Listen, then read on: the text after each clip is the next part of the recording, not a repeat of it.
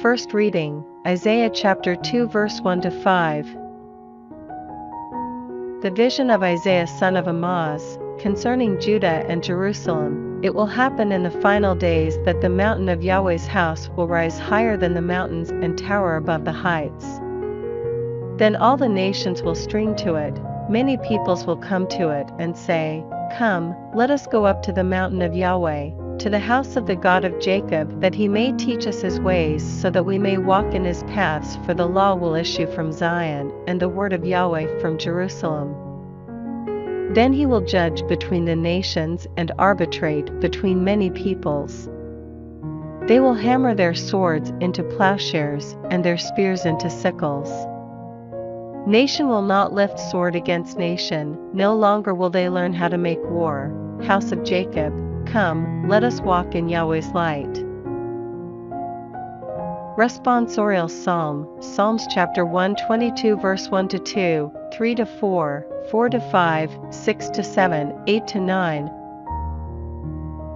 Song of Ascents of David. I rejoiced that they said to me, "Let us go to the house of Yahweh."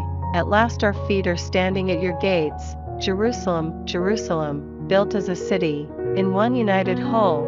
There the tribes go up, the tribes of Yahweh, a sign for Israel to give thanks to the name of Yahweh. For there are set the thrones of judgment, the thrones of the house of David. Pray for the peace of Jerusalem, prosperity for your homes, peace within your walls, prosperity in your palaces. For love of my brothers and my friends I will say, peace upon you. For love of the house of Yahweh our God I will pray for your well-being. Gospel, Matthew chapter 24 verse 37 to 44.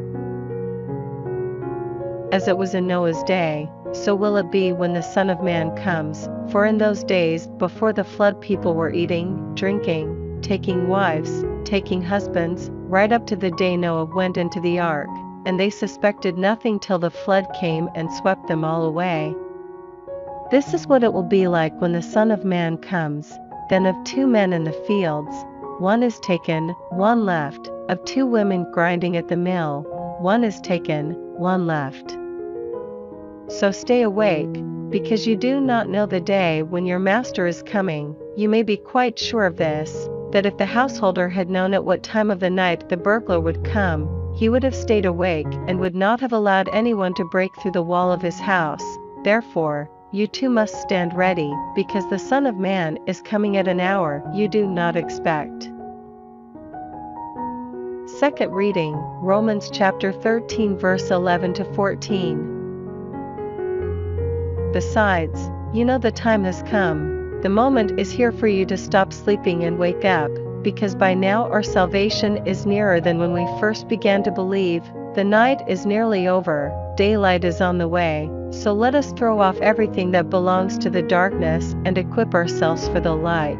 Let us live decently, as in the light of day, with no orgies or drunkenness, no promiscuity or licentiousness, and no wrangling or jealousy. Let your armor be the Lord Jesus Christ, and stop worrying about how your disordered natural inclinations may be fulfilled.